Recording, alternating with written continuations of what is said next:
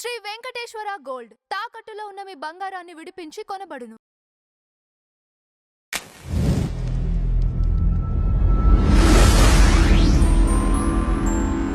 Wife ని మోసం చేసి వాళ్ళ తల్లిదండ్రులను కూడా మోసం చేసి పెళ్లి చేసుకున్నారు ఆవిడ్ని. అవన్నీ అప్పట్లో అసలు ఎన్ని వచ్చినా ఏం చేసినా ఒక మనిషి ఎదుగుతున్నాడు అంటే, ఒక మనిషి ఎగురుతున్నాడు అంటే మాట్లాడే విధానాలు 100 వస్తాయండి. అవన్నీ మనం చెప్పుకుంటూ పోవాలంటే చంద్రబాబు నాయుడు గారి సతీమణిని అసెంబ్లీలో నీచాతి నీచంగా మాట్లాడినటువంటి మనుషులు ఉన్నారు. నారా లోకేష్ గారి సతీమణిని, సంబంధం లేని ఆడవాళ్ళని రాజకీయాల్లో తీసుకొచ్చిన మాటలను మాట్లాడిన వాళ్ళు ఉన్నారు.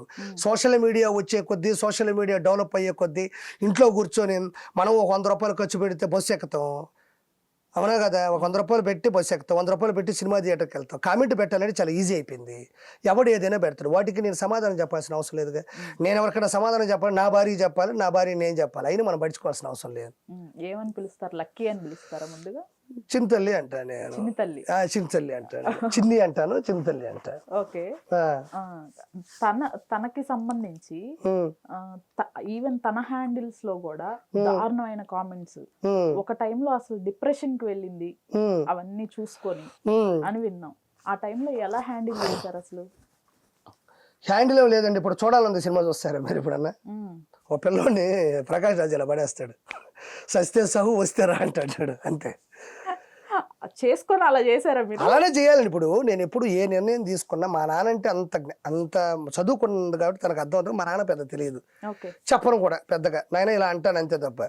తనకి నేను ఎప్పుడైనా అండి ఇంట్లో ఆడవాళ్ళకి మనం సరిగ్గా అవగాహన పరిచేలా, మన టాలెంట్ తెలిసేలా, మనం చేయబోతున్న పని మీద పూర్తి ఆశీస్సులు వాళ్ళకి తెలిసేలా, వాళ్ళకి అర్థమయ్యేలా, అర్థంగా అంటే అర్థమయ్యేలా కూడా చెప్పడమే చేసి, నేను ఇలా మొత్తం కట్ చెప్పాలండి. నేను ఇలా చేస్తాను, ఇలా చేస్తే ఇలా చేయాలనుకోండి, ఇలా అవుతుంది, అప్ అండ్ డౌన్ ఇలా ఉంటాయి అని చెప్పాం అనుకోండి. అంతా వినిన తర్వాత ఇది నాకు ఎందుకు చెప్పామన్నాం అనుకోండి, నేను ఈ నిర్ణయం తీసుకుందాం అనుకుంటున్నా అంటే చాలా బాగుంది కదా అంటారు ఆడవాళ్ళు. అంతేకాకుండా మూర్ఖత్వంగా మనం ఇంట్లో వాళ్ళకి సంబంధం లేకుండా ఇంట్లో వాళ్ళకి చెప్పకుండా వెళ్ళిపోయాం అనుకోండి, వాళ్ళ రచ్చ మనం తట్టుకోలేం. ఏ కుటుంబంలో అంతే. మనం ఏ ఫ్రెండ్షిప్లో కూడా ఒక అబ్బాయితో ఫ్రెండ్షిప్ చేసుకుంటే, ఒక టీ తాగితే వెళ్తే ఒక ఫోన్ నెంబర్ మార్చుకుంటే నీకు ఫ్రెండ్షిప్ నా ఫ్రెండ్ రావాడు అంటారు, అంతేనా? ఒక అమ్మాయిని చెల్లిలా భావించాలని పెద్ద విషయం లేదు. కాలేజీ పోతాం, నచ్చింది, అమ్మ బాగున్నా ఉంటే అన్నయ్య అని రాఖీ కడుతుంది, అయిపోయింది. కానీ ఒక పెళ్ళికి మాత్రం ఎందుకు కార్డులు పంచుతారు, భోజనాలు పెడతారు, తాళి కడతారు, దాన్ని టెలికాస్ట్ చేస్తారు అంటే అంత తంతు ఎందుకు జరుగుతుందంటే ఆడపిల్లకి అంత విలువ ఇవ్వాలి అని.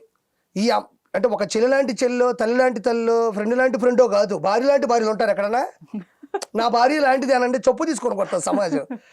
చెల్లి లాంటిది, నా తల్లి లాంటిది, నా తండ్రి లాంటి వాడు, నా లాంటి వాడు అంటాం. కానీ ఎక్కడైనా ఈ అమ్మాయి ఎవరు అంటే నా భార్య లాంటిదిలే అని అనగలం. అసలు పబ్లిక్గా సమాజంలో మనం అనగలమా?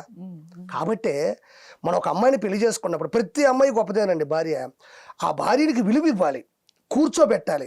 నేను ఈ పని చేస్తే ఇలాంటి సందర్భం రావచ్చు, ఈ సందర్భం వస్తే నేను ఈ పని చేయాల్సి వస్తుంది, ఈ పని చేస్తే ఈ పనిలోకి దిగాల్సి వస్తుంది అని మనం ఒక పక్కా ప్లాన్తో జరగబోయే స్కెచ్ చేసుకుని చెప్తే వాళ్ళే ఇన్వాల్వ్ అయ్యి ప్రతి నిర్ణయాన్ని సమర్థిస్తూ అప్ అండ్ డౌన్ కావచ్చు, అప్పులు కావచ్చు, ఏ పరిస్థితుల్లో అయినా సరే వాళ్ళకి పూర్తి అవగాహన వదిలేలా చెప్పడం, పూర్తి స్థాయి ఆలోచన వాళ్ళకి కల్పించడం, బాధ్యతను వాళ్ళ చేతుల్లో పెట్టేసి మనం దిగేస్తే వాళ్ళు అక్కడ ఉండి మనం ఇక్కడ ఉంటేనే సమస్య. వాళ్ళని మనతో పాటు తీసుకొని వెళ్తూ ఉండాలి ప్రతి బాధ్యతగా. అప్పుడు మనకి నేను జబర్దస్త్ నుంచి బయటకు వచ్చేసేటప్పుడైనా, నెల్లూరు పెద్దారెడ్డి చేపల పులుసు పెట్టినప్పుడైనా, నేను ఇప్పుడు పొలిటికల్గా ఉన్నా, నేను ఎప్పుడు ఎక్కడ ఉన్నా నా భార్యతో ఏ నిర్ణయం తీసుకున్నా 1 గంట మాట్లాడతాను. చాలా చాలా క్లియర్గా ఇలా చేస్తా, పొలిటికల్గా పెడతారు, నిన్ను తిడతారు, నీ మార్ఫింగ్ ఫోటోలు పెడతారు, నీ రేట్ ఎంత అంటారు, లేదా ఇంకోటి అంటారు, రకరకాలుగా మాట్లాడతారు. అనగానే అంటారా అనింది, అంటారు. ఇప్పుడు దీనికి ఏం నిర్ణయం తీసుకుంటావు, 10 నిమిషాలు లోపలికి వెళ్ళేసిరా, ఓకే డన్ అంటే నేనేమంటే, రేపు అది వచ్చేసిన తర్వాత నన్ను తిట్టారు, నువ్వు నాకు చెప్పలేదని ఉండదు. ఇది పర్ఫెక్ట్, ఇది నేను రాసిన స్క్రిప్ట్ కాదు, ఇది ఒరిజినల్ స్క్రిప్ట్. ఇది ఇప్పుడు మనం కోర్టుకి వెళ్తే అక్కడ ఒక భగవద్గీత ఉంటుంది కదండి, ఖచ్చితంగా అక్కడ ఉంటుంది. రాజకీయాల్లో ఇది ఉంటుంది. సో అన్నప్పుడు ప్రతిదీ నేను ఒక్కోసారి చువుక్కుమన్నా, ఒక్కోసారి అందరూ ఈ ఫీల్డ్ నుంచి వచ్చిన వాళ్ళు కాదు కదా. ఇంత అండర్స్టాండింగ్ ఉన్న ఈ కపుల్ మధ్య కూడా డివోర్స్ తీసేసుకున్నారు, ఆ, ఆల్రెడీ డివోర్స్ అయిపోయింది, సపరేట్ గా ఉంటున్నారు అని కూడా అసలు మెయిన్ వెబ్సైట్స్ లోనే వచ్చాయి అవును. వార్తలు. అవును. ఎందుకు నిజంగానే ఆ టైంలో ఏమన్నా గ్యాప్ వచ్చిందా? గ్యాప్ లేదు, ఏమీ లేదండి. గ్యాప్ ఎందుకు వస్తుంది నాకు? గ్యాప్ వస్తే నేను చెప్పనే ఏంటి? ఓకే. గ్యాప్ వచ్చిందని చెప్తాను. గ్యాప్ వస్తే నాకేం భయం ఏంటి ఇప్పుడు? ఇప్పుడు గ్యాప్ ఎందుకు వస్తుంది? ఇప్పుడు పెట్టింది ఎవరు? ఓకే. మా అమ్మ చెప్పింది మీకు? మా నాయన చెప్పాడా? ఆవిడ చెప్పిందే, మా ఆవిడ వాళ్ళ తమ్ముడు చెప్పాడు, వాళ్ళ అమ్మ చెప్పింది ఎవడు? వాడెవడో డెకాయిట్. ఓడెవడో చెప్తే మరి దాన్ని మీరు ఎలా నిర్ణయంగా తీసుకుంటారు? ఇప్పుడు నా భార్య నాతో లేదా? మా ఇన్స్టాగ్రామ్ ఫాలో అవ్వట్లేదా? నా భార్య నాతో ఉండబట్టే కదా నేను సంతోషంగా ఉన్నాను. ఇప్పుడు ఎదురుగా ఎవరున్నారు? సరే చూడండి, అట్టు ఎవరున్నారు?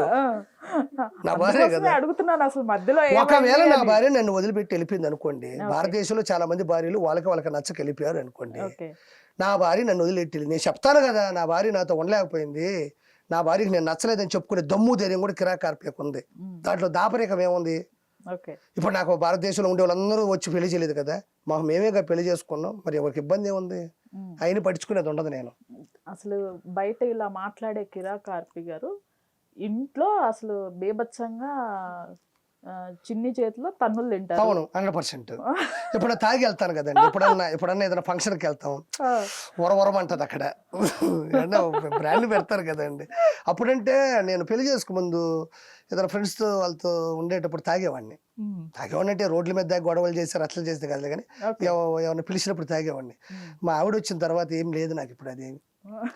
అప్పుడు అంటే కోటా శ్రీనివాసరావు గారు ఎదురుగా కోడిని కట్టుకుని అన్నం తింటాడు చూడు, అట్ అయిపోయింది నా పరిస్థితి.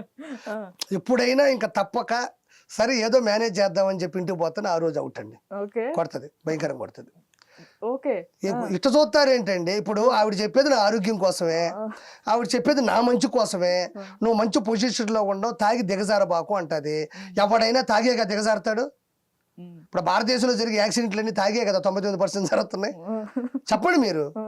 ఒకసారి దేంతో కొడతారో కూడా చెప్పండి. ఆ టైంకి ఏదైనా ఉండొచ్చు, అంటే ఆ ఉండే ప్రదేశాన్ని బట్టి.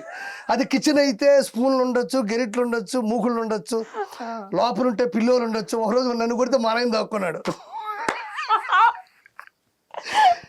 పెళ్ళాం దగ్గర దెబ్బలు తినాలండి, తప్పేం లేదు. ఎందుకంటే పెళ్ళాం అంటే ఏంది? పెళ్ళాం అంటే ఏంది?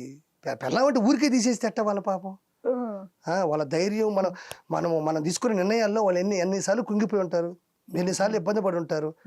భర్త ఆరోగ్యం కోసమే కదా, భర్త బాగా సంపాదిస్తున్నాడు అని చెప్పి కొట్టిందా? చెప్పండి. భర్త ఎదిగిపోతున్నాడు అని కొడుతుందా భార్య? నేనే కాదండి, బయట యాక్టింగ్ చేసే ప్రతి మగాడు లోపల దెబ్బలు తింటాడండి. అయితే బలమైన గోడలు ఉండడం వల్ల, కిటికీలు గట్టిగా ఉండడం వల్ల, తలుపులు గట్టిగా ఉండడం వల్ల, టీవీ సౌండ్ పెంచడం వల్ల బయటికి తెలియదు. కానీ నేను ఇప్పటి వరకు ఒక 20-25-30 సార్లు దెబ్బతిని ఉంటాయి. తాగద్దు అంతే. ఈ ఒక్క విషయం పైనే అంటే తాగద్దు అంటే తను ఎప్పుడైనా తాగు అందనుకోండి, అదే పెద్ద విషయం ఉండదు. యాడో ఎప్పుడో ఎక్కడో ఈ రోజు ఇది ఫంక్షన్ కదా పాపం వాళ్ళు ఒప్పుకోలేదని తాగినా కూడా ఒప్పుకోదు.